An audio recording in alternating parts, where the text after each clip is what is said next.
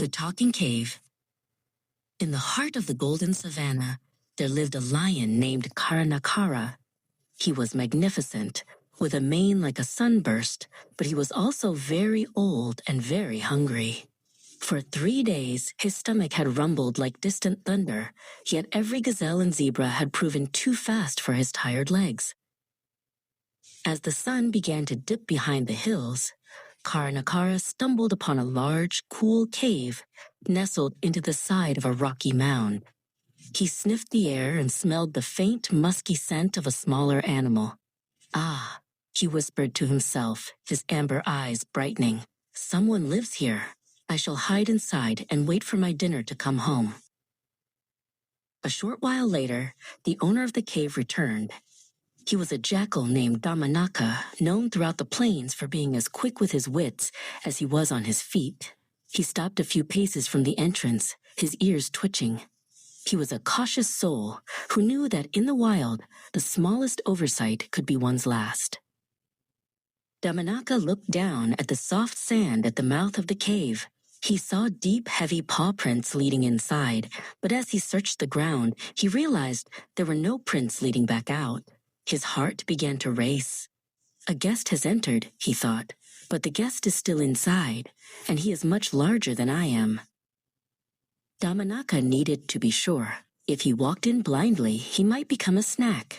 If he ran away for no reason, he would lose his home. He took a deep breath and shouted toward the dark opening, "Oh, cave, my dear old friend, why are you so silent today? Have you forgotten our agreement?" The cave remained silent. Damanaka shook his head and called out again, sounding slightly offended. "Usually, when I return, you call out a warm welcome to me.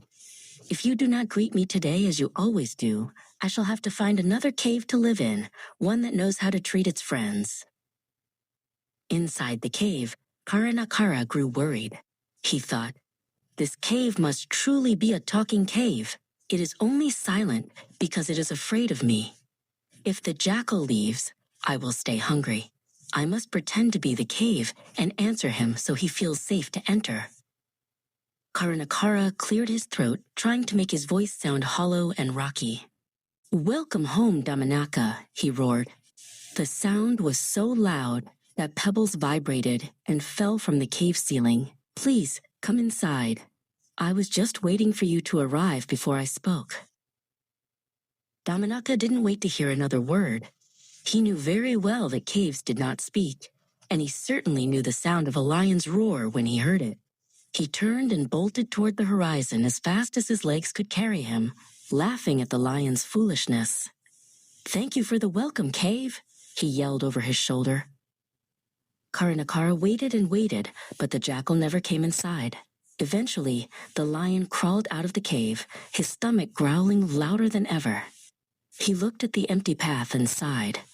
He had tried to use his voice, but he had forgotten that a clever head is always better than a loud mouth.